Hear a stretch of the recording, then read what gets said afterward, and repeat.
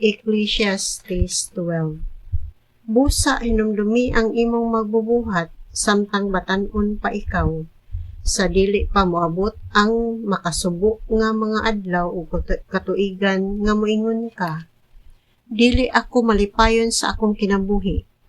Niana unyang panahona, hanap na, alang kanimo ang kahayag sa adlaw, sa bulan o sa mga bituon o kanunay lamang magdag-om bisan human sa ulan.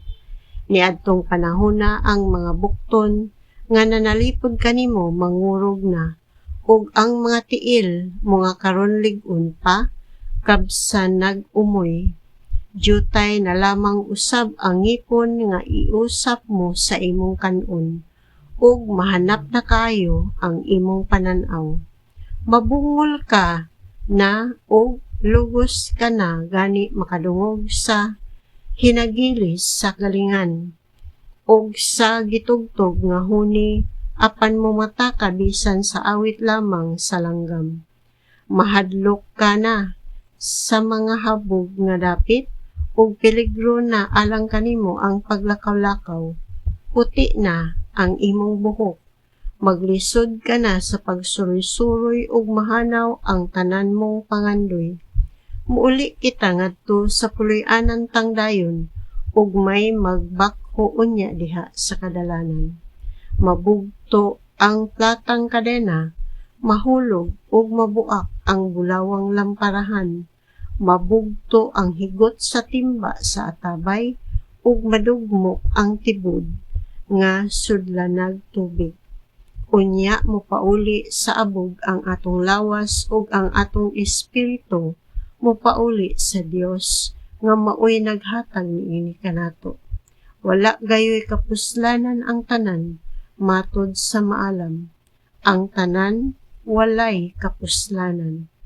Apan kay maalamon man ang maalam, nagpadayon siya sa pagpanudlo sa katawhan sa iyang hibaluan.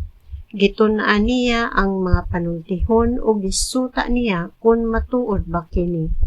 Ang maalam nangitag pulo nga makalipay ug tinuod ang iyang gisulat. Ang mga pulong sa mga maalamon sama sa talinis nga sungkod nga gigamit sa mga magbalantay aron paggiyas sa mga karnero, ug ang tinigom nga mga panultihon malungtaron sama sa lansa nga maayong pagkataop. Gihatag kini sa Dios nga maoy magbalantay kanatong tanan. Anak, ani apay angay mong matngunan. Ang pagpanulat og mga libro walay undang, ug makaluya kanimo ang pagpalabig tuon. Human ining tanan, usa na lang kabutang ang angay kong isulti.